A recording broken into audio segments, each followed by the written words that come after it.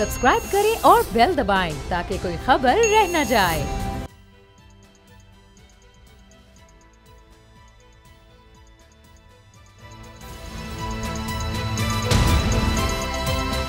अब पता चला। बिस्मिल्लाहिर्रहमानिर्रहीम, अस्सलाम वालेकुम। मैं हूं मोहम्मद उसामा गाजी और आप देख रहे हैं अब पता चला। जब से हुकूमत आई यानी तकरीबन 13 माह गुजर गए तो महंगाई मुकाओ का हमने नारा सुना था, लेकिन महंगाई मुकाओ नहीं, यहाँ तो केस मुकाओ हुआ और गरीब और उसके साथ हमने रोज़गार मुकाओ का मामला देखा है। अब सूरत हाल ये है कि इसहाक डार की सुने तो बड़े कॉन्फिडेंट हैं और वो कह रहे हैं कि जी मईशत बड़ी बेहतर होने वाली है, बड़े अच्छे अशारिये नज़र आ रहे हैं और हमने मुश्किलात से मुल्क को निकालना शुरू कर दिया है। बजट के बारे में वो कह रहे हैं जी अवाम दोस्त, कारोबार दोस्त, ताजर दोस्त बजट होगा और आप देखेंगे कि इसमें बहुत अच्छे पहलू नज़र आएंगे। लेकिन अगर माहिर माशियात की सुने तो वो कहते हैं कि जी मुश्किल फ़ैसले भी करने होंगे, जिसके बारे में हुकूमत ने आने के बाद कह दिया था जी हमने अपनी सियासत ख़त्म की है, रियासत बचाई है, सियासत हमने अपनी को नुकसान पहुँचाया है। लेकिन अभी क्या सूरत हाल है, हकीकत क्या है, इसी के हवाले से हम बात करेंगे। हमें ज्वाइन करें ज़ीशान मर्चेंट साहब, माहिर मईशत हैं, उनसे हम इस बारे में जानेंगे। सिद्दीक जान हमारे ब्यूरो चीफ और सईद मुजम्मिल शाह रोज़ाना की तरह मेरे साथ हैं। ज़ीशान मर्चेंट साहब, ये बताइएगा कि अभी सूरत हाल मईशत की आप क्या देख रहे हैं? बजट से पहले जो कुछ कहा जा रहा है, इसहाक डार साहब तो कह रहे हैं कि बड़ी बेहतर खबरें आने लग गई हैं, हालात बड़े बेहतर हो गए हैं, IMF और नो IMF हमें कोई मसला नहीं है। क्या वाकई ऐसी सूरत हाल है? अगर ऐसा होता तो क्या ही बात थी, लोग पाकिस्तान से बाहर ना जाते। ऐसा ही होता तो जो है आपके टैक्स के टारगेट्स अचीव हो चुके होते। अगर ऐसा होता तो इन्फ्लेशन जो सेट किया था पिछले साल के 11.5% रहेगा, वो 38% ना होता। एक्सपोर्ट का टारगेट सेट किया था 35 बिलियन, वो कम ना होता, बढ़ चुका होता। रिजर्व्स जो हमने टारगेट किए थे वो बढ़ चुके होते। महंगाई बहुत कम हो चुकी होती, पेट्रोल बहुत सस्ता हो चुका होता, जो अशियाए खुर्दनोश हम इंपोर्ट करते हैं वो बहुत सस्ती हो चुकी होती। लेकिन अनफॉर्चुनेटली ऐसा तो कुछ भी नहीं हुआ। पर अप्रैल 2022 में पेट्रोल था $118 पर बैरल, आज $65 पर बैरल। आधे से कम पेट्रोल फी बैरल कम हुआ इंटरनेशनल मार्केट। ट्रांसपोर्टेशन कॉस्ट तकरीबन 80% इंटरनेशनल मार्केट में कम हुई है जो अप्रैल में थी। अशियाए खुर्दनोश जो हम इंपोर्ट करते हैं उसकी कीमतें औसतन 40% और उससे ज़्यादा इंटरनेशनल मार्केट में कम हुई हैं। लेकिन कोई ऐसी चीज़ है जो इंपोर्ट में आपको कम होती हुई नज़र आ रही है? कोई ऐसी चीज़ है जिसका इफ़ेक्ट एक गरीब आदमी को पास ऑन किया जा रहा है? कोई ऐसी चीज़ है कि जिसका इम्पैक्ट गरीब आदमी का है कि हाँ यार मेरी जेब में 100 रुपये थे और उसमें खर्च करने के बाद भी अब कुछ पैसे बच गए हैं? ऐसा तो कुछ भी नहीं हो रहा। फिर आप कहते हैं कि एक्सपोर्ट पे जो एक्सपोर्टर्स हैं, जो इंडिविजुअल या EOP पार्टनरशिप में काम करते हैं, उनका एक्सपोर्ट पे टैक्स रेट बढ़ा देंगे, उनको मिनिमम टैक्स में ले जाएंगे। फिर आप कहते हैं कि जी सुपर टैक्स को भी इस साल बढ़ा देंगे। फिर आप कहते हैं कि कॉर्पोरेट एसेट टैक्स को भी इस साल जो है ज़्यादा कर देंगे। फिर आप कहते हैं जो CBT फॉरेन एसेट्स पे था वो इस दफ़ा लोकल एसेट्स पे भी लग जाएगा, यानी वेल्थ टैक्स बन जाएगा। तो आप बहुत सारी चीज़ें वो कह रहे हैं कि जो आप सोच रहे हैं कि लगानी पड़ेंगी, जो जाके जो ज़रूरी है। लेकिन अनफॉर्चुनेटली हो ये रहा है कि इसका इफ़ेक्ट सिर्फ एक गरीब आदमी के ऊपर पड़ेगा।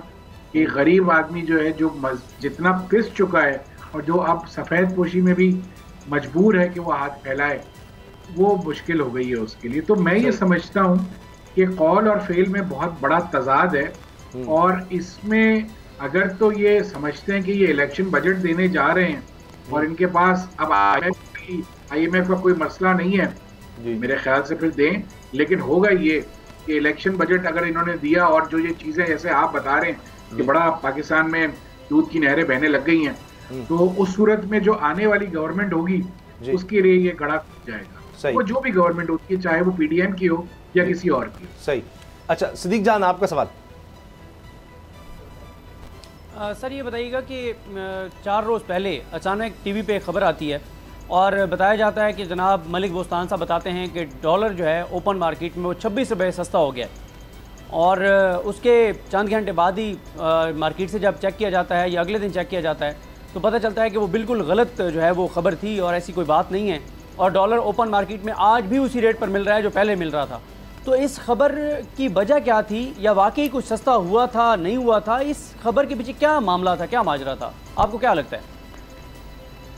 मुझे तो ऐसा लगता है कि ये जो है सिर्फ ये खबर ही थी, मार्केट में तो डॉलर मिल ही नहीं रहा था। अलबत्ता ये जरूर था 26 रुपए नहीं, लेकिन ऑफिशियली जो फिगर्स आ रहे थे वो 18 रुपए के आए थे, और उसके बाद से अगर आज आप 4 दिनों का इम्पैक्ट देखें तो वो तकरीबन वापस हो गया है। आज भी जो है डॉलर मिल नहीं रहा ओपन मार्केट में, अगर आप खरीदने जाते हैं तो जो है आपको मिलता नहीं है। और इंटरबैंक में भी तो आज थोड़ा बहुत कुछ ना कुछ बढ़ा ही है, आज मेरे ख्याल से तकरीबन 50-60 पैसे बढ़ा है, लेकिन ओपन मार्केट में आज जो है तकरीबन 6 रुपए डॉलर बढ़ गया है। और ये पिछले 4 दिनों से, जब से ये 18 रुपए की खबर आई है, उसके बाद से ये बतदरीज बढ़ा ही है। तो अब ये क्यों खबर फैलाई गई थी, इससे क्या फायदा हुआ, या किसी ने कोई फायदा उठा लिया, ये अलबत्ता देखना चाहिए। क्योंकि मलिक बोस्तान साहब जो है इस फॉरेक्स एसोसिएशन के चेयरमैन भी हैं, वही बता सकते हैं कि ओपन मार्केट में डॉलर कितना बिका। अगर तो प्राइस कम हुई थी तो क्या अवेलेबिलिटी थी उसकी या नहीं थी, ये चीज देखना बहुत जरूरी है। अलबत्ता अगर एक आम आदमी, मैं अगर और आप अगर खरीदने जाएं तो हमें डॉलर जो है दस्तयाब नहीं होता है और ना मिलेगा।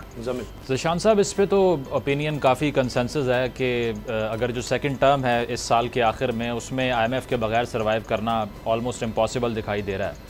तो इस सूरत हाल में अगर कोई केयर टेकर सेटअप होता है इन प्लेस और इलेक्शन मज़ीद डिले हो जाते हैं, तो क्या IMF इस पोजीशन में है कि वो बात करे केयर टेकर गवर्नमेंट से, जिसका टेन्योर का भी इल्म नहीं है, जिसके पास लेजिटिमेसी भी नहीं है, और ये भी नहीं मालूम कि कब तक ड्रैग होगा ये?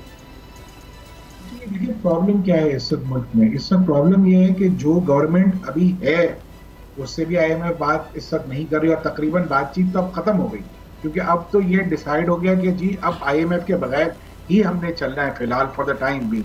तो जो भी इंटरिम गवर्नमेंट अगर आती है, और सबसे पहले तो उसका टेन्योर देखा जाएगा कि कितना टेन्योर है। अगर तो वो 2-3 महीने के लिए आ रही है या 6 महीने के लिए आ रही है तो मैं नहीं समझता कि IMF बात करेगी। लेकिन अगर कोई एक्सटेंडेड पीरियड के लिए आती है तो फिर हमारे पास चॉइस नहीं है। हमारा मसला ये है कि हमें अगले साल में जो हमारा माली साल स्टार्ट हो रहा है 1 जुलाई से, हमें तकरीबन 23-24 बिलियन डॉलर वापसी करने हैं पैसे। तो पैसे कहाँ से आएंगे? हम अगर एक अंदाजा लगा लेते हैं कि 30 बिलियन डॉलर की हम एक्सपोर्ट करेंगे पूरे साल में, 30 बिलियन डॉलर हमें रेमिटेंस में आएंगे, और हम 50-60 बिलियन या 70 बिलियन की इंपोर्ट का टारगेट रख रहे हैं, तो हम तो नेट ऑफ जीरो पे खड़े हुए हैं। तो ये 24 बिलियन डॉलर हमें जो वापस करने हैं, तो इसके लिए तो हमें पैसा चाहिए, फाइनेंसिंग चाहिए। और जब तक IMF का प्रोग्राम नहीं होगा, कोई भी मल्टीलैटरल जो स्टेट्स हैं या मल्टीलैटरल जो कंट्रीज हैं वो आपको फाइनेंसिंग नहीं देंगे। इस वक्त भी आप देखेंगे, जो आप बात करते हैं कि चाइना के साथ आप मुस्तकिल रोल ओवर्स के लिए आप रिक्वेस्ट कर रहे हैं, और वो किसी हद तक आपको रोल ओवर मिल भी रहा है, लेकिन ये लोन वापस नहीं हो रहा, ये रोल ओवर है, ये आगे जाके फिर क्रिएट हो जाएगा आपके लिए एक बर्डन। तो मैं ये समझता हूं कि जो भी पोजीशन है, या तो हम अपनी, देखिए ना प्रॉब्लम क्या है इस वक्त, हम क्यों इन सारे परेशानियों में हैं, चूंकि हम अनसर्टेन एनवायरनमेंट में चल रहे हैं, हमारी पॉलिसीज कोई सेट नहीं है, हमारे मुल्क में फॉरेन इन्वेस्टमेंट तो एक तरफ आप भूल ही जाइए, डोमेस्टिक इन्वेस्टर भी जो है अब इन्वेस्टमेंट नहीं कर रहा, क्योंकि वो भी अब इंतजार कर रहा है कि अगले आने वाले टाइम पीरियड में वो क्या देख रहा है, कौन सी गवर्नमेंट देख रहा है। जब तक ये चीजें जो है किसी हद तक सेट नहीं होंगी, तब तक इस किस्म की परेशानी तो रहेगी। क्योंकि आप देखें ना, जब इन्वेस्टर कॉन्फिडेंस में ही नहीं है कि वो इन्वेस्टमेंट करे, और फिर हालात, क्योंकि आपकी ग्रोथ तो बड़ी कम है, आपने एक्सपेक्ट किया था कि इस साल आपका जो ग्रोथ का टारगेट होगा, जो इनिशियली हमने सेट किया था, वो 3.5% था, लेकिन आप नेगेटिव ग्रोथ में इस साल, अगले साल आप टारगेट ही 3.5% कर रहे हैं। तो इसका मतलब है जब आपकी टारगेट 3.5% की है, तो आप समवेयर अराउंड 2 से 2.5% पे भी पहुंच जाएं तो बहुत बड़ी बात है। तो इसका मकसद ये है कि आपकी ना टैक्स रेवेन्यू के जो टारगेट आप सेट कर रहे हैं वो अचीव होगा अगले साल का, ना आपकी एक्सपोर्ट के टारगेट सेट हो जो अचीव कर रहे हैं वो आप कर पाएंगे। तो आपको IMF के बगैर या दूसरे जो बैंक हैं, एशिया डेवलपमेंट बैंक हो गया या वर्ल्ड बैंक हो गया, या जो दूसरी डोनर एजेंसीज हैं, उसके बगैर अगला साल गुजारना बहुत मुश्किल होगा। तो आपकी रिक्वायरमेंट है, आपकी जरूरत है, या आपकी मजबूरी है कि आप IMF के पास जाएं। अच्छा ये बताइए, साग डार सब करेंगे हमारे 1000 अरब डॉलर, ट्रिलियन डॉलर अगर मैं गलत नहीं हूँ, उन्होंने कहा जी हम डिफॉल्ट कर ही नहीं सकते, इसका तो सवाल ही पैदा नहीं होता, और जो इस तरह की बात करता है वो शर्म करे, हया करे, किस तरह बात कर सकते हैं, 13 महीने से सुन रहे हैं वो इस तरह की बात करते हैं। 9000 अरब रुपए से ज़्यादा वो टैक्स टारगेट रख रहे हैं। आपने जिस तरह फरमाया इंटरनेशनल मार्केट में प्राइसेस नीचे आई हैं, अभी सऊदी अरब ने कहा है कि हम प्रोडक्शन कम करेंगे तो तेल की प्राइस अब ऊपर जाएगी, खुदा ना खास्ता इंटरनेशनल मार्केट में, अच्छा नहीं जाएगी, इंटरनेशनल मार्केट में अगर प्राइसेस ऊपर जाती हैं फिर क्या होगा? और ये जो मैंने कहा कि जी हमें मसला नहीं है, हम डिफॉल्ट कभी कर ही नहीं सकते, हमारे पास ट्रिलियन डॉलर के ज़खायर हैं। ट्रिलियन डॉलर तो हो ही नहीं सकते, उनसे पूछेंगे अगर हैं तो कहाँ है वो बता दें, एक बात। दूसरी बात ये वो ये भी बताएं, उनसे ये क्लैरिफिकेशन पूछें कि आपके पास जो कमर्शियल बैंक्स और स्टेट बैंक के मिला के जो है तकरीबन कोई 7-8 बिलियन या 10 बिलियन समझ लें, 10 बिलियन के अगर आपके पास 10 बिलियन डॉलर के आपके पास ज़खायर हैं मौजूद हैं, तो अगले साल आप 24 बिलियन डॉलर या 25 बिलियन डॉलर को जो आपको वापस करना है वो कैसे करेंगे? आपकी इंपोर्ट बतदरीज, अगर आपका जो पाकिस्तानी रुपया है उसकी वैल्यू कम होती चली जाएगी तो डॉलर की वैल्यू तो जिस तरह से बढ़ेगी उस तरह से आपकी कीमतें महंगी होंगी, कीमतें कम तो नहीं होंगी। तो ये सवाल तो यकीनन इसहाक डार साहब से पूछना चाहिए कि जो आप वो मान रहे हैं कि पाकिस्तान में अगर डिफॉल्ट नहीं होना है, या हम तो चाहते हैं कि डिफॉल्ट ना हो, लेकिन जिस तरह से वो फरमा रहे हैं कि डिफॉल्ट कभी भी नहीं हो सकता, तो उसके पीछे सिर्फ बयानबाजी से काम नहीं चलेगा, कहीं ना कहीं कोई प्रॉपर नंबर्स बताने पड़ेंगे कि जी इतने रिजर्व्स यहाँ हैं, इतनी हम फाइनेंसिंग इकट्ठा कर लेंगे, इतने पैसे जो है हम टैक्स से इकट्ठा कर लेंगे। इस साल का टैक्स का टारगेट 7.4 ट्रिलियन यानी 7400 अरब की बात कर रहे हैं कि हमने रखा था, लेकिन इस वक्त भी जो है हम 6.6 ट्रिलियन रुपीस के करीब पहुंचे, यानी 6005 अरब रुपए का जो है अभी हमने टैक्स वसूल किया, जबकि 6500 अरब का हमें करना था। तो हम अपने टैक्स टारगेट से मंथ ऑन मंथ बेसिस पे या जुलाई टू मई के बेसिस पे इस वक्त काफी नीचे हैं, और वो जाहिर सी बात है नीचे होंगे क्योंकि आपकी जब इकोनॉमी ही नहीं चल रही तो टैक्स कहां से आएगा। अलबत्ता एक चीज जो मैं समझना चाहता हूं और मैं सवाल करना चाहता हूं गवर्नमेंट ऑफ पाकिस्तान से, जिसमें यकीनन फाइनेंस मिनिस्ट्री से मेरा ये सवाल होगा कि जनाब मुल्क में जब हम क्लेम करते हैं कि 23 करोड़ लोग हैं जी, तो क्यों सिर्फ 35 लाख टैक्स पेयर्स हैं? क्यों नए टैक्स पेयर्स को हम अपने सिस्टम में नहीं ला पा रहे हैं? क्यों जो हम कहते हैं कि इस्लामाबाद में कितने लोगों ने कितने कितने घर दिए हुए हैं वो हमें सब पता है रेंट पे, लेकिन हम उनसे टैक्स कलेक्ट नहीं कर पाते। तो ये बहुत बड़े क्वेश्चंस हैं कि क्या उन्हीं से टैक्स लेना है जो सिस्टम में है, क्या उन्हीं को मजीद मारना है कि जो टैक्स दे रहे हैं, या उन्हें थोड़ा सुकून का सांस देना है और नए टैक्स पेयर लाने हैं। एग्जाम्पल मैं छोटी सी आपको देता हूँ। मैं अभी खबर पढ़ रहा था कुछ दिनों पहले कि पाकिस्तान में तकरीबन जो है 6 करोड़ 60 लाख लोगों के बैंक अकाउंट्स हैं, 6 करोड़ 60 लाख बैंक अकाउंट्स हैं। तो अगर मैं इसको डिवाइड भी कर दूं कि एक बंदे के पास अगर 6 बैंक अकाउंट है तो इसका मतलब है जनाब के 1 करोड़ लोगों के पास बैंक अकाउंट है, क्योंकि अगर 1 करोड़ मल्टीप्लाई बाय 6 करता हूं तो 6 करोड़ बैंक अकाउंट है। तो इसका मतलब है कि अगर 1 करोड़ लोगों के पास बैंक अकाउंट है और उसमें से सिर्फ 36 लाख लोग में हैं, तो इसका मतलब है 64 लाख लोग जिसका डेटा गवर्नमेंट के पास इन वन फॉर्म और दी अदर मौजूद है, वो सिस्टम में नहीं है। सही। तो हमारा तो टारगेट पहले ये होना चाहिए कि जो लोग सिस्टम में नहीं है उन्हें सिस्टम में लाना है, क्योंकि जब तक उन्हें सिस्टम में नहीं लाएंगे तो आपकी और पे टैक्स का बोझ बढ़ता चला जाएगा और हम मजीद पिसते चले जाएंगे। बिल्कुल सही। तो गवर्नमेंट को ये देखना पड़ेगा कि इक्वालिटी करनी पड़ेगी, जस्ट टैक्सेशन करनी पड़ेगी और फेयर टैक्सेशन करनी पड़ेगी। सिद्दीक सर ये बताएं कि जैसे उसामा गाजी साहब ने कहा कि डार साहब तो बड़ी धमकियां दे रहे हैं, वो बहुत गुस्से में है, वो कह रहे हैं शर्म आनी चाहिए उन लोगों को, गैरत करें, मैं बड़ी वो धमकियां लगा रहे हैं। वो कह रहे हैं जो लोग ये कहते हैं कि पाकिस्तान डिफॉल्ट कर जाएगा, नहीं करेगा। दूसरा वो कह रहे हैं कि हमारे पास प्लान बी और सी भी तैयार है, अगर IMF नहीं होता तो प्लान बी और सी भी है। तो हो सकता है आपको और हमें नज़र ना आ रहा हो, उनकी पटारी में कोई 2-4 अरब डॉलर पड़े हों, जो वो कहें कि अब IMF नहीं आ रहा, ये मैं पटारी खोल रहा हूँ और 2-4 अरब डॉलर निकल आएँ। तो कोई ऐसा कोई इम्कान है कि कोई चीज़ उनके पास प्लान बी और सी तैयार हो?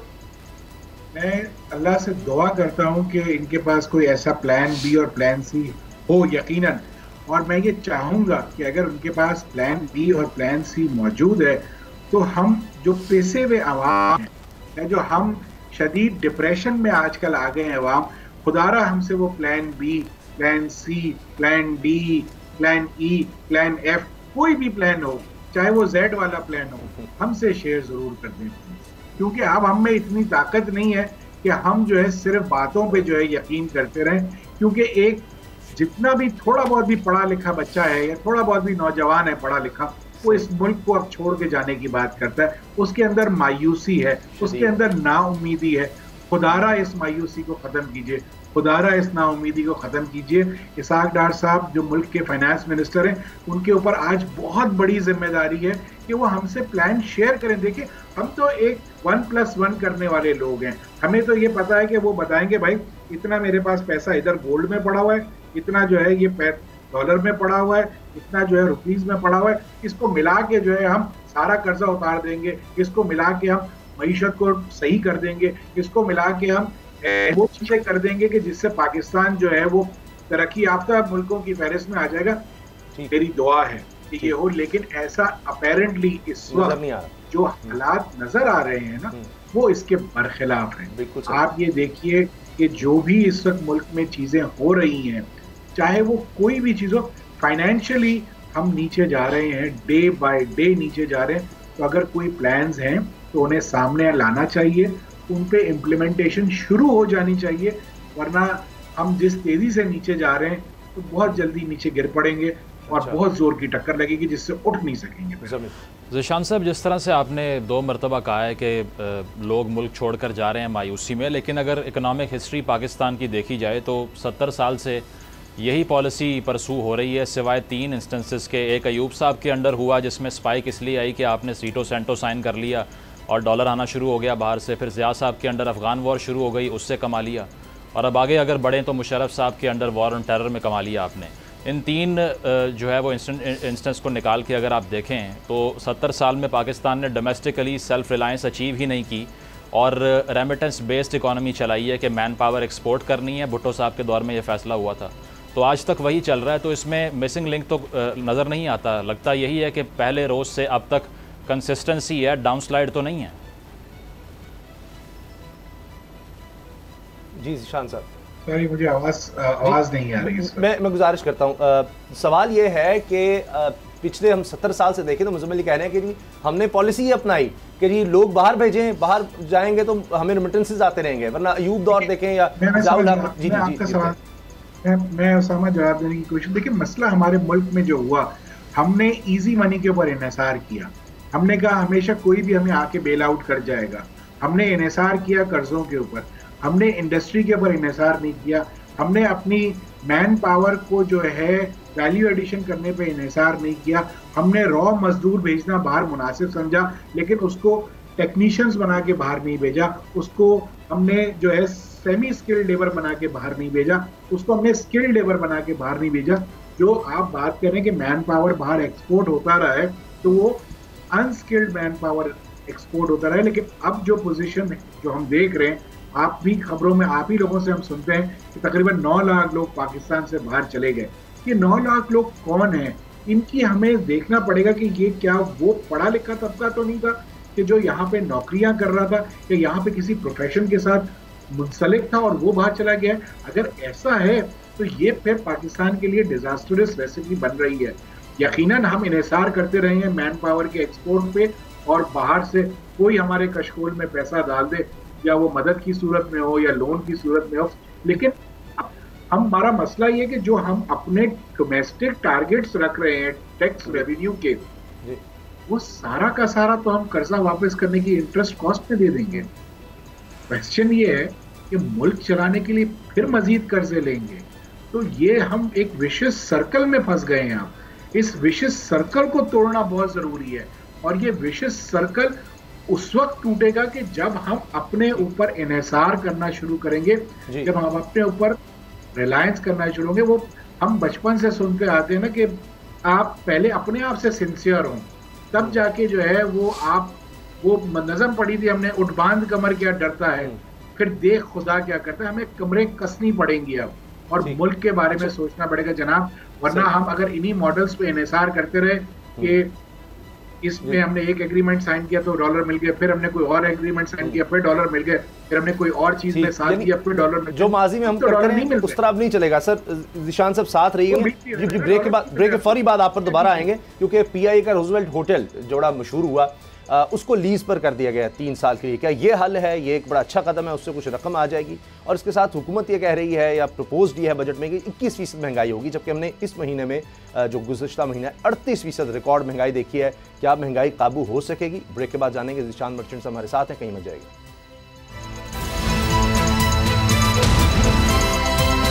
अब पता चला।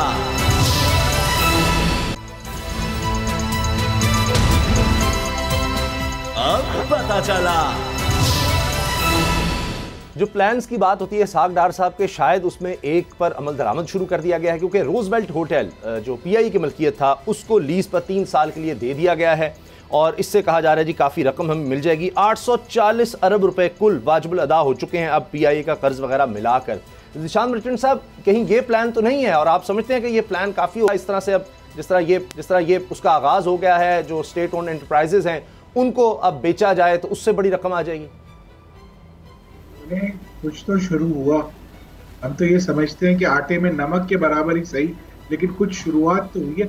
सवाल ये पैदा होता है कि जो हमारी स्टेट ओन्ड एंटरप्राइजेज हैं, जिनको हम सो कॉल्ड वाइट एलिफेंट्स कहते हैं, ये मुस्तकिल नुकसान में है। पीआईए कुछ अर्से पहले तक ऑपरेशनल प्रॉफिट में आ गई, लेकिन इस साल अगर आप पीआईए का ऑपरेशनल देखते हैं तो ऑपरेशनल लॉस है, वो भी ह्यूज लॉसेस है।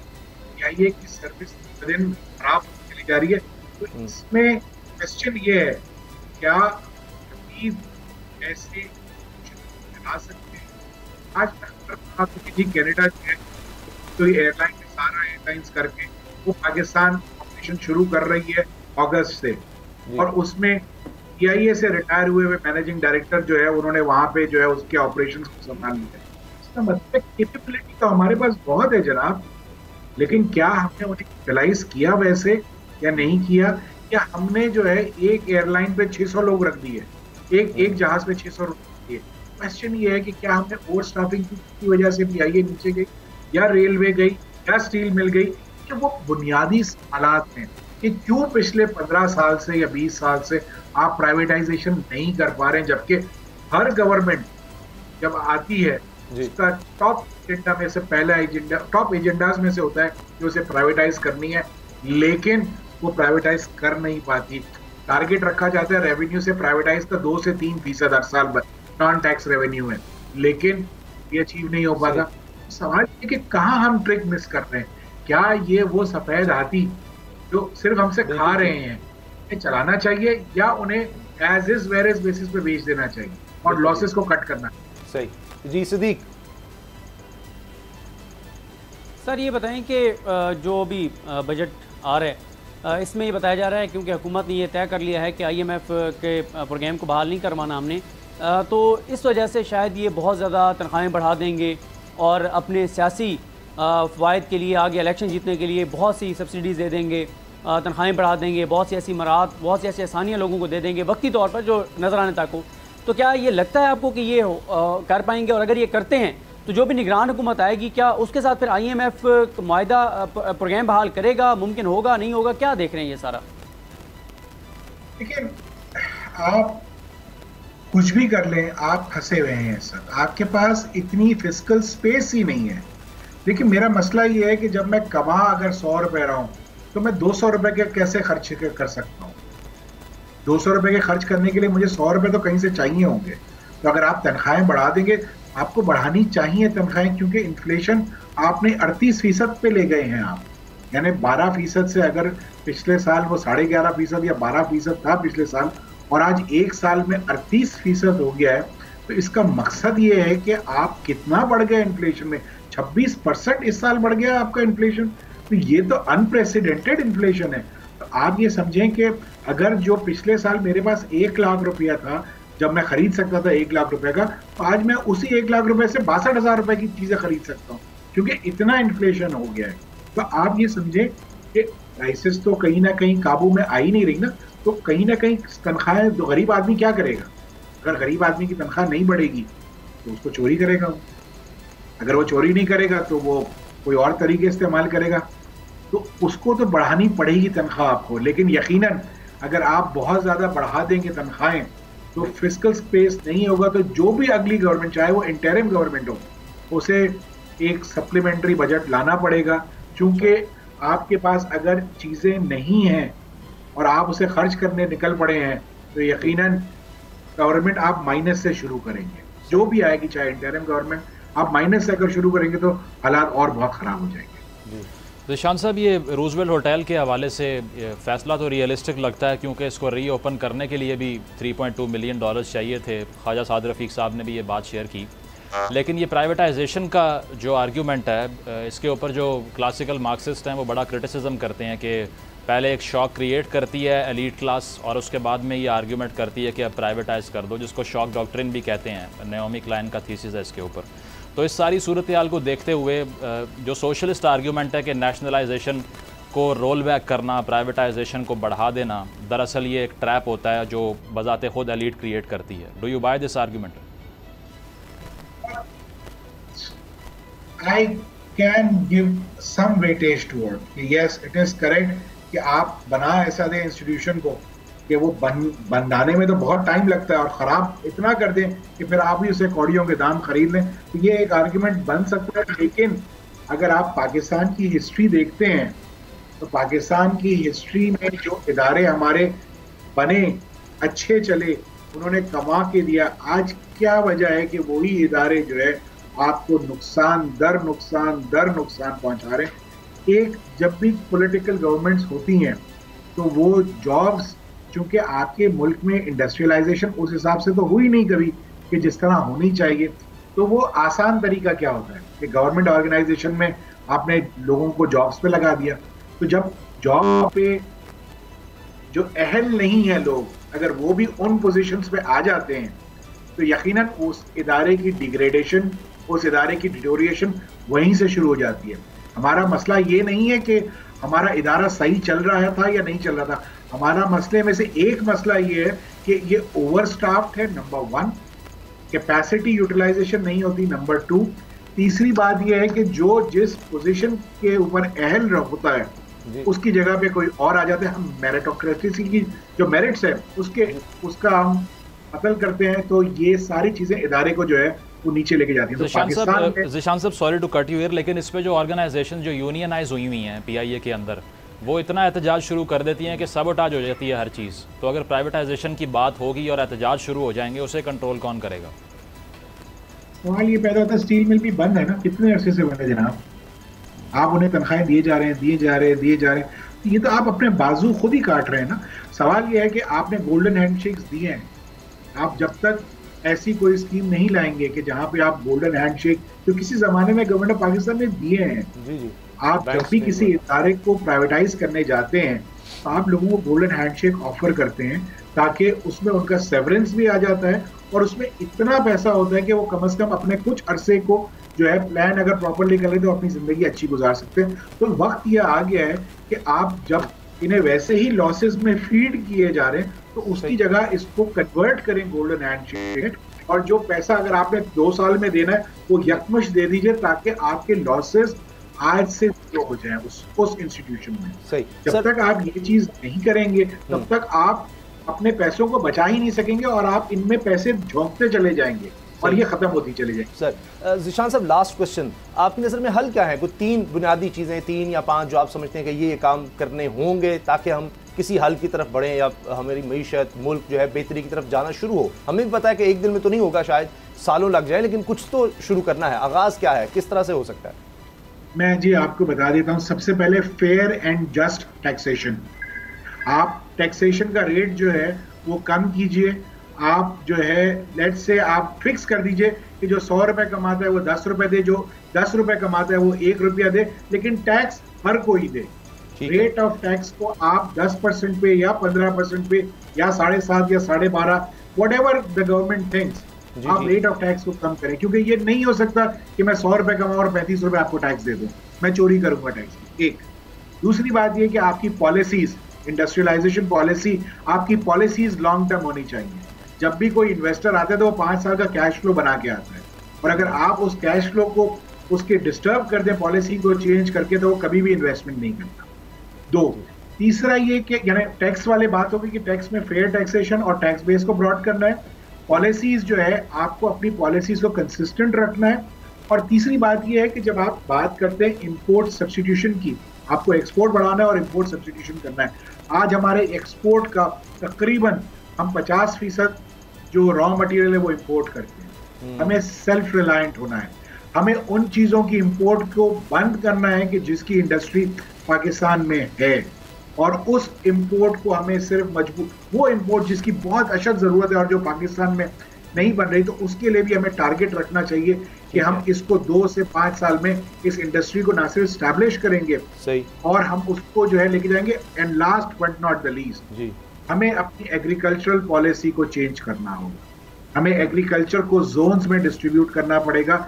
जिस इलाके में जो फसल अच्छी होती है उससे रिलेटेड सारी इंडस्ट्रीज को वहां शिफ्ट करना होगा, और वहां पे ना सिर्फ इंफ्रास्ट्रक्चर डेवलपमेंट करनी पड़ेगी बल्कि वहां के लोगों को रोजगार दें, ताकि आपके मुल्क में इकोनॉमिक एक्टिविटी जनरेट हो। और जब इकोनॉमिक एक्टिविटी जनरेट होगी तो ना सिर्फ आपका ग्रोथ आएगी बल्कि खुशहाली भी आएगी। जो गरीब आदमी है उसे भी सुकून मिलेगा और पाकिस्तान जो है वो टेक ऑफ करने की पोजीशन में। बहुत बहुत शुक्रिया ज़ीशान मर्चेंट साहब, आपने हमें वक्त दिया, बड़े अच्छे ज़बरदस्त तरीके से मईशत के हवाले से जो अहम चीज़ें थी उसके बारे में समझाया कि क्या मसाइल हैं, किस तरह उनका हल निकल सकता है। अब आ जाते हैं सियासत पर, और यहाँ पर इस वक्त हम देख रहे हैं कि हर तरफ ग्रुपिंग तो नज़र आ रही है। तरीन ग्रुप जो है बड़ा एक्टिव है। कभी हम सुन रहे हैं जी वो पार्टी अनाउंस करने लगे हैं, बस मुशावरत कर रहे हैं या एक ही ग्रुप होगा। पीपल्स पार्टी ऑफर कर रही है कि तरीन ग्रुप भी हमारे साथ आ जाए, सबके लिए बाहें खोली हुई हैं। एक और ग्रुप बनता नज़र आ रहा है जो कि हाशिम डोगर साहब और साथ मुराद राज साहब, वो कह रहे हैं कि जी को 35 लोग हमारे साथ अभी तक खुफिया हैं, वो ग्रुप बन रहा है। काफ लीग लोगों से मिल रही है, हर तरफ कुछ हमें एक्टिविटी नजर आती है, लेकिन अगर नहीं तो नून लीग में नहीं नजर आ रही। नून लीग कहाँ खड़ी है सदीक जान, कुछ समझ नहीं आ रही। मरीम साहबा का काम ही ऐसा हुआ कि मैं देख रहा था 4 दिन से कोई ट्वीट भी उन्होंने नहीं किया, सिवाय उसके कि जब उन्होंने अल्हम्दुलिल्लाह कहा जब पेट्रोल की कीमतें कुछ कम हुई। तो नून लीग तो बिल्कुल इस वक्त यानी कह रहे हैं कि जी हमारे पास बहुत से कैंडिडेट हैं, हमें ज़रूरत नहीं है लोगों की, लेकिन कोई हिलजुल नहीं है, कोई जलसा जुलूस नहीं, कोई एक्टिविटी नहीं, कोई कॉर्नर मीटिंग नहीं, कुछ भी नहीं हो रहा। देखिए, नून लीग इस वक्त सियासी सख्ते में है और पैरालाइज है। उनको वो अगर अपना हाथ पाँव बाजू हिलाने भी चाहें तो नहीं हिला सकते। वो इस वक्त इस सूरत हाल में, और वो बोल भी नहीं सकते, वो सवाल भी नहीं कर सकते। वो आपसे मेरे से of the record of camera बात तो कर लेंगे, परेशानी कैसे तो करेंगे, लेकिन टीवी पे आपको वो बात करते हुए नज़र नहीं आएंगे। इतनी भी जो है उनके अंदर इस वक्त बेचारों के अंदर सकत नहीं रही कि वो बात कर सकें, वो सवाल उठा सकें, वो अपना जो इस वक्त जिस चीज़ से गुजर रहे हैं उसका इजहार कर सकें। ये भी नहीं कर रहे, क्योंकि देखें इस वक्त सारे का सारा जो मलबा है बदतरीन कारकर्दगी का, मुआशी तबाही और बर्बादी का, पाकिस्तान की बुनियादें हिलाने का, पाकिस्तान की बुनियादों को खोखला करने का, वो सारे का सारा इल्ज़ाम जो कि हकीकत पे मबनी है, वो सारे का सारा इल्ज़ाम तो नहीं कहें, वो हकीकत पे मबनी बात है कि वो सब कुछ किया धरा मुस्लिम लीग नून का है। उनके साथ आसिफ अली जरदारी साहब हैं, वो बरी ज़िम्मा है तमाम चीज़ों से। फजल रहमान साहब हैं, वो बरी ज़िम्मा है सारी चीज़ों से। बिलावल साहब हैं, वो आप देख रहे हैं कि दुनिया के वो जैसे शेख रशीद साहब कहते हैं कि ऐसे ऐसे मुल्कों में भी गए हैं कि जब पता चला कि फ़लाँ मुल्क में गए तो बाद में नक्शे पे ढूंढना पड़ा, यार ये मुल्क दुनिया के नक्शे में कहाँ पर है जहाँ पे बिलावल साहब जो हैं वो गए हैं। इस तरह से वो जाके पूरी दुनिया में अपनी CV जमा कराते रहे, अपनी मार्केटिंग करते रहे, अपने तल्लुकात बनाते रहे। ये सारी चीज़ें जो हैं वो बिलावल साहब करते रहे। अब इस सारी सूरत हाल में एक और चीज़ ये हुई कि ज़ाहिर है जहांगीर तरीन साहब एक्टिव हुए, जहांगीर तरीन साहब ने मुलाकातें शुरू कर दी। उधर से फवाद चौधरी साहब, और वो कहते हैं कि हम NTPDM हैं, तरीन साहब से मुलाकात की तरदीद नहीं करते, लेकिन ये भी नहीं कहते कि हम तरीन साहब के साथ मिल रहे हैं। फिर डोगर साहब हैं, मुराद राज साहब हैं, वो अलग एक दावा करते हैं हम ग्रुप लेकर आ रहे हैं। अभी तक कन्फ्यूजन ही कन्फ्यूजन है, कहीं पर क्लैरिटी नहीं है। फिर काफ लीग है, वो इस वक्त नाराज़ है। काफ लीग कहती है कि जनाब आप देखें कि एक बंदरबांट चल रही है और जो लोग छोड़ रहे हैं तहरीक इंसाफ, उनकी बंदरबांट चल रही है, और हमारे हिस्से में जो है वो सियासी कचरा आप डाल रहे हैं, हमारे हिस्से में वो लोग डाल रहे हैं आप जो सियासी तौर पर बिल्कुल चले हुए कारतूस हैं, जो काउंसलर भी नहीं बन सकते, तो वो एक अलग नाराज़ हैं। तो उधर से वो तनवीर लियाज साहब को आपने देखा, उन्होंने जाके काफ लीग को कहा कि जी मुझे वो मेरी डिस्क्वालिफिकेशन ख़त्म करवाएं कंटेम्प्ट ऑफ कोर्ट वाली, और मुझे दोबारा वज़ीर आज़म बनाएं AJK का, मैं काफ लीग में आता हूँ। उन्होंने कहा अच्छा हम ये सारे कुछ क्यों करें आपके लिए। उन्होंने कहा जनाब मेरे साथ 17 MNA हैं, 40-50 MPs हैं PTI के। उन्होंने कहा क्या बात है सर, ज़बरदस्त, वेल डन, गुड जॉब, आप जाएँ इन सारे MNAs को MPs को लेके आएँ ताकि हम तगड़ी आपको वेलकम कहें। तो वो तो उन्होंने झूठ बोला था, गलत बयानी की थी, फ्रॉड था सारा, धोखा था। फिर वो चले गए तरीन साहब के पास, उनको जाके कहा जी मैं दुआ खैर दें और अल्लाह का वास्ता है मुझे अपने साथ शामिल कर लें। तो मसला इस वक्त यह है कि क्लैरिटी नहीं है सियासी तौर पर। देखें उसामा गाजी साहब, 8 और 9 मई में एक रात का फ़र्क था और पाकिस्तानी सियासत कहाँ से कहाँ आ गई है। अभी इलेक्शन होने में, अगर नवंबर में इलेक्शन होने हैं तो 150 दिन रहते हैं। 150 दिनों की चीज़ आज आप कैसे प्रेडिक्ट कर सकते हैं कि क्या होगा, जब आपको पता ही नहीं है कि तरीन साहब पार्टी बनाएंगे नहीं बनाएंगे। बनाएंगे तो उसमें पीटीआई छोड़ने वाले कितने लोग होंगे, उसमें तगड़े लोग कितने होंगे, उसमें विनिंग हार्सेस कितने होंगे, पीपल्स पार्टी को कितने लोग ज्वाइन करेंगे, काफ लीग में कौन कौन लोग जाएंगे, फिर आगे इनका आपस में सियासी तौर पर इत्तेहाद होगा, इंतखाबी इत्तेहाद होगा या अलग अलग लड़ेंगे। ये सारी चीज़ें अभी आप देख लें, चौधरी सरवर साहब ने सारा मलबा शहबाज शरीफ के ऊपर रख दिया। सारा इस हुकूमत के कारकर्दगी के गंद का टोकरा जो है उन्होंने शहबाज शरीफ साहब और नवाज शरीफ साहब और मरीम नवाज साहब के सर पे रख के कहा है कि जनाब जो गंद किया है वो तो इन्होंने किया है, हम तो बरी जिम्मा है, हम तो इनके खिलाफ इलेक्शन लड़ेंगे। हालांकि आज भी वो हुकूमत में बैठे हैं, आज भी सबसे बड़े जो बेनिफिशरी हैं उनमें से एक मुस्लिम लीग काफ है, जितना उन्होंने ओबलाइज किया गया। और फिर काफ लीग अगर 2018 में तहरीक इंसाफ के साथ सीट एडजस्टमेंट ना होती तो काफ लीग तो एक सीट नहीं निकाल सकती थी। अब चौधरी परवेज लाई और उनके साथी तो चले गए उधर, तो शुजात साहब के साथ कौन सीट एडजस्टमेंट करेगा? तो बड़ी एक अजीब सी सूरत हाल है। फिर पीपल्स पार्टी में जो मेन लोग हैं, नदीम अजल चंद साहब हैं, कायरा साहब हैं, अगर नून लीग सीट एडजस्टमेंट नहीं करती तो ये कभी भी नहीं जीत सकते। तो एक अजीब कंफ्यूजन है, अभी कोई क्लैरिटी नहीं है। और अभी जो है वो सब दावे कर रहे हैं, सब अपने अपने तौर पे कि मेरे पास बड़ा ग्रुप है, मेरे पास बड़ा ग्रुप है, और फिर साथ क्या कहते हैं अभी हम नाम नहीं डिस्क्लोज कर सकते।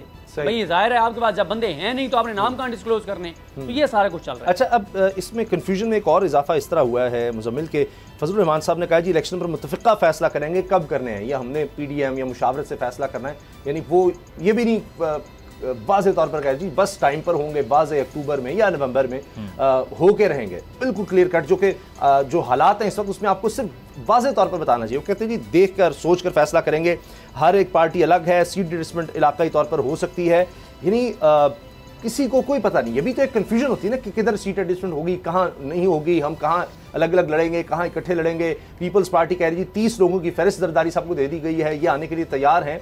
तो बहुत कुछ रहा है, लेकिन इलेक्शन के वाले से कुछ वाज़े नहीं हो रहा। देखिए इसमें तो पहले जो पेशरफ थी जिसमें मुज़ाकरात भी हुए, शाह महमूद साहब भी गए पीडीएम के लोगों से बात करने के लिए, और उसके बाद में 30 अक्टूबर की तारीख की बात हो रही थी और जिसको बाद में रिवर्स कर दिया गया। तो तब भी अक्टूबर का प्लान था और अब भी अगर ये बात करते हैं अक्टूबर की, तो अगर अक्टूबर में इलेक्शन हो जाएँ तो मुझे नून लीग के लिए तो लूज़ सिचुएशन दिखाई दे रही है। उसकी वजह यह है कि ये सारा जो सेटअप बन रहा है, अब मुझे लगता है कि कुछ ना कुछ जान तो है इस थ्योरी में कि काफ लीग और जहांगीर तरीन, इसके अलावा पीपल्स पार्टी, ये एक अलायंस फॉर्म करें और इसका सारा नुकसान जो है वो PMLN को हो जाए अपर पंजाब से। साउथ पंजाब में हम वैसे देख रहे हैं कि हवा मुख्तलिफ हो रही है, वहाँ पे टिकट्स छोड़ी भी जा रही हैं, ली भी जा रही हैं, इसके अलावा बड़ी बड़ी ऑफ़र्स भी मिल रही हैं लोगों को। जो जनूबी पंजाब महाज पिछली बार बना उसमें जो शख्सियात थी वो सारी दूसरी तरफ आ रही हैं। तो वो लोग असल में कोई आइडियोलॉजिकल वर्कर किसी पार्टी के थे नहीं, और अब भी अगर ये इलेक्शन से बिल्कुल पहले तक भी अपनी लॉयल्टी किसी पार्टी के साथ ना दिखाएं तब भी इनको मसला नहीं है। उसकी वजह कि इनका स्टाइल ऑफ पॉलिटिक्स ये है कि देखो और इंतज़ार करो। ये उस पॉलिसी पे चलते हैं, नज़रिए का वोट नहीं लेते, ये सिर्फ आज़ाद खड़े होकर बाद में जिस तरफ की हवा हो वहाँ शमूलियत का ऐलान कर देते हैं और मजाक करते हैं अवाम के साथ। तो असल में तो इस चीज़ को बैन करना चाहिए कि आप इंडिपेंडेंट कंटेस्ट ही ना करें। एक वर्कर को पता नहीं है कि मैं जिसको वोट दे रहा हूँ वो कल को किस पार्टी के नज़रिए के साथ खड़ा होगा, कैसे इलेक्शन हो सकता है, मुझे समझ नहीं आती। तो इस तरीक़ाकार से अवाम का मैंडेट जो है उसका तमस्खर उड़ाना, और ये इतना वाइड स्प्रेड है कि इस बार मुझे लगता है पहले से ज़्यादा होगा ये, क्योंकि ये जो सारे नए ग्रुप्स फॉर्म हो रहे हैं इसमें जो मेजॉरिटी शख्सियात हैं वो यही हैं कि इंडिपेंडेंट कंटेस्ट किया और बाद में जिस तरफ की हवा हुई वहाँ शामिल हो गए। तो आपकी 5 उंगलियाँ घी में, आपको क्या मसला? आपने किसी पार्टी के साथ लॉयल्टी नहीं दिखानी, ना कोई प्रेशर लेना है, सिर्फ इलेक्शन जीत के आ जाएं और हमसे डील कर लें। तो इस चीज़ को डिस्करेज करना पड़ेगा, अदरवाइज़ ये जो सारे इलेक्टेबल्स का एक पूरा ग्रुप हम देखते हैं जो हर इलेक्शन से पहले जोड़ तोड़ करता है, अलग हो जाता है, यही डोमिनेट करता आएगा और वो जो नज़रिए की पॉलिटिक्स का फुकदान है पाकिस्तान के अंदर, ये मज़ीद इंटेंसिफाई होगा। सही। अच्छा, और फजलुर रहमान साहब भी आप इसी कैटेगरी में रखेंगे कि वो भी आखिरी वक्त पे चाहे पीपल्स पार्टी की तरफ जाना है या नून लीग की तरफ जाना है, वो कहीं भी जा सकते हैं? देखिए KP के अंदर तो बेसिकली उन पर ही रिलाय किया जा सकता है अगर अल्टरनेटिव देखना है। उसके साथ साथ आजकल एमल वली खान साहब के बयानात आप सुन रहे होंगे, वो भी खासे तब्दील हुए हैं। तो अब उसकी भी वजह जो है वो एविडेंट है, उस पर कुछ कह तो नहीं सकते, लेकिन यही है कि ये दोनों शख्सियात वहाँ पर जो है वो काउंटर करेंगी इससे पहले की 2 हुकूमतें जिन लोगों ने बनाई उनको। और 30 सेकंड्स हैं, इलेक्शंस का आपको क्या नजर आता है? इमरान साहब वैसे ही ये बात कर रहे हैं क्योंकि इन हालात में डिले करना और ज़्यादा मुश्किल नहीं हो जाएगा? देखिए उसके लिए तो पहले ही they have nothing to lose actually, क्योंकि जिस तरह से पीडीएम ने अब तक परफॉर्म किया है और साथ साथ जो आईएमएफ के साथ हो रहा है, तो उसमें कोई ऐसा डैमेज रह नहीं गया जो उनको मजीद आ जाए। तो अगर ये ड्रैग भी हो जाए तो they have nothing to lose, क्योंकि उनको नज़र आ रहा है कि अगले सेटअप में हमारे लिए जगह मजीद स्क्वीज़ होती जा रही है। सही, तो देखते हैं जनाब क्या होता है। जिस तरह सिद्दीक जान ने कहा कि 150 बाकी हैं, पता नहीं क्या कुछ हो जाए। प्रोग्राम देखने का शुक्रिया, इजाज़त दीजिए, अल्लाह हाफ़िज़।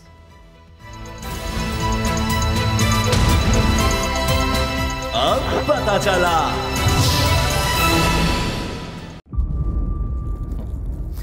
इंतजार था ना, चलो इस बार वो करते हैं जो इससे पहले किया ही नहीं। किस्मत की आंखों में आंखें डाल के जीतना होगा। सब में शेर जैसी राह, जर्रा जर्रा भी हर कंटेस्टेंट को लगेगा पहाड़। लड़खड़ाना नहीं है, खोल दो अपने पंख अगर आसमान छूना है। अबे लग रहा है ये सब पहले भी कहीं सुना है। एंटरटेनमेंट की गारंटी जनाब, क्योंकि यहाँ खेलोगे कूदोगे तो बनोगे नवाब। खुश रहो पाकिस्तान। खुश रहो पाकिस्तान, बुध और जुमेरात शाम 7 बजे सिर्फ बोल एंटरटेनमेंट पर। सब्सक्राइब करें और बेल दबाएं ताकि कोई खबर रह न जाए।